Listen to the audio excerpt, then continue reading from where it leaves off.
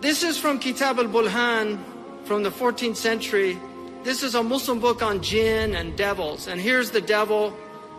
And if you notice, I don't even want to make that sign. Somebody take a picture of me and then they'll put it up on YouTube that I'm making the devil's sign, right?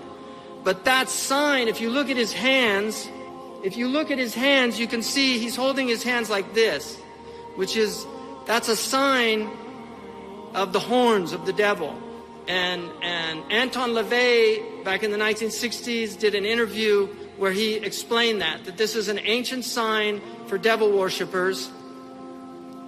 Baphomet is a god that they worship. Baphomet, it's argued that it's actually a deviation that some of the occultists, Christian occultists, who were devil worshippers during the Crusades, used to mock the name of the Prophet ﷺ. And you can see this being here imitated in one of these. This is obviously a very powerful witch here. Again, you can see the horns. One of the minions here, you can see on the head there. This is for all the kids to go and see Maleficent, the evil one, Walt Disney. Great thing to show little kids, put that in their psyche.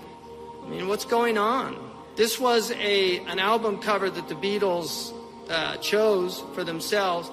And the Beatles, both Lennon and McCartney, I don't know about the other two, but Lennon and McCartney were both involved in the occult. Lennon actually learned how to speak backwards, which is something occultic people do.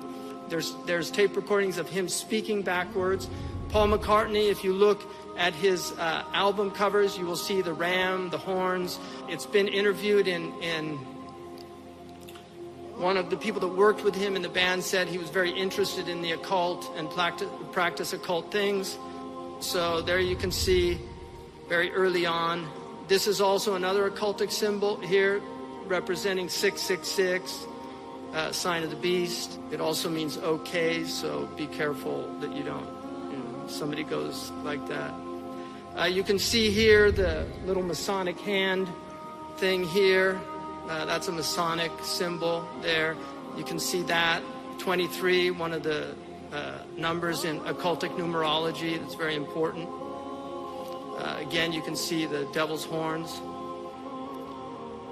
Now here, the Prophet ﷺ said,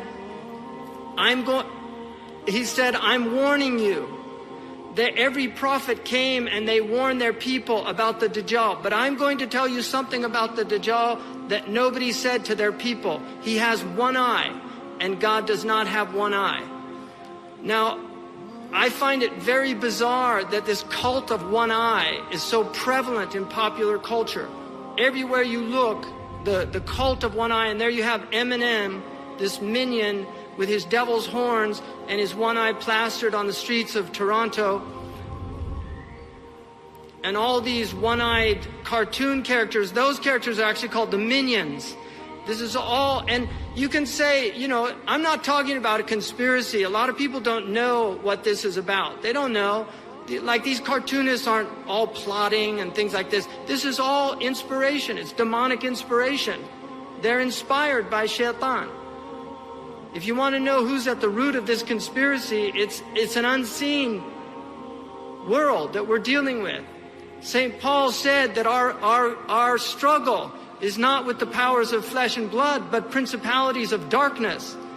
That this is part of the struggle of the people of God as they fight against forces of darkness that want to bring human beings down. Why? Have you ever seen anybody do that? Have you ever taken a picture like that? Who would take a picture like that? Why would you do that? I've never seen anybody do that. Why would you do that? Why? Why is this all this one eye obsession? What's going on?